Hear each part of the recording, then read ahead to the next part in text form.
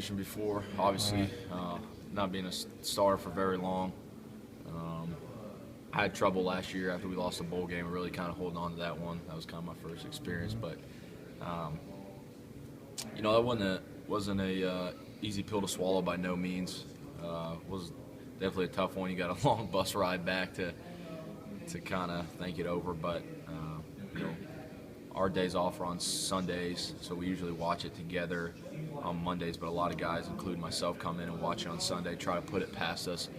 And so by the time yesterday hit, we were really already over it, ready to move on, and I think that's the type of mindset you got to have. It doesn't do you any good to sit there and just kind of feel sorry for yourself, so to speak. You watch it, you learn from your mistakes.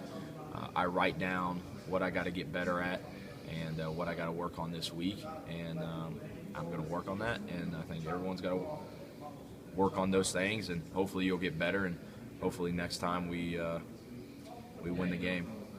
The play everybody's talking about is the first and goal from the 4 where you hand it off to, or we were expecting everybody to hand it off to Todd Gurley. Were you surprised when you got the call that you were going to do a roll-out pass as opposed to a handoff? Nah, I thought it was a great play call.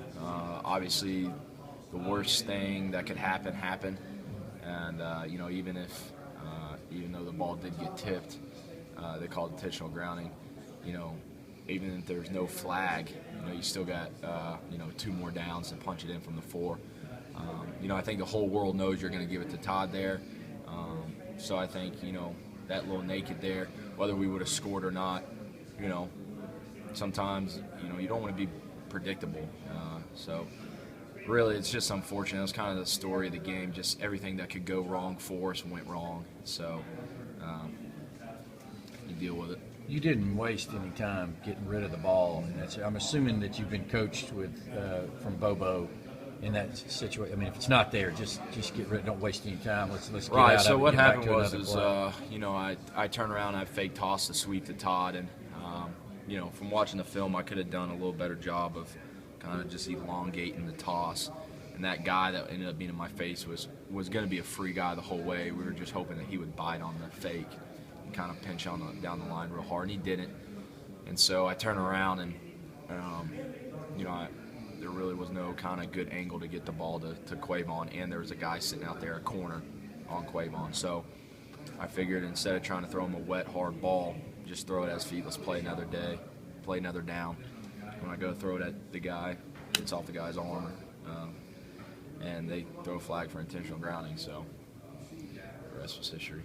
You're in the heat of the game, so you're not thinking this, but how do you think it's funny that this has become the dominant discussion topic for 3 days, that play call and that play? No, I see why it is because, so many people focus on that play, but, there's so many things to look back on. We had every opportunity in the world before that to win the game, whether it be a penalty on a long run, a couple missed field goals, a couple bad reads on my part in the red zone. There's so many opportunities to win that game, and we just didn't capitalize. So there's no way you can just point one finger on one specific play.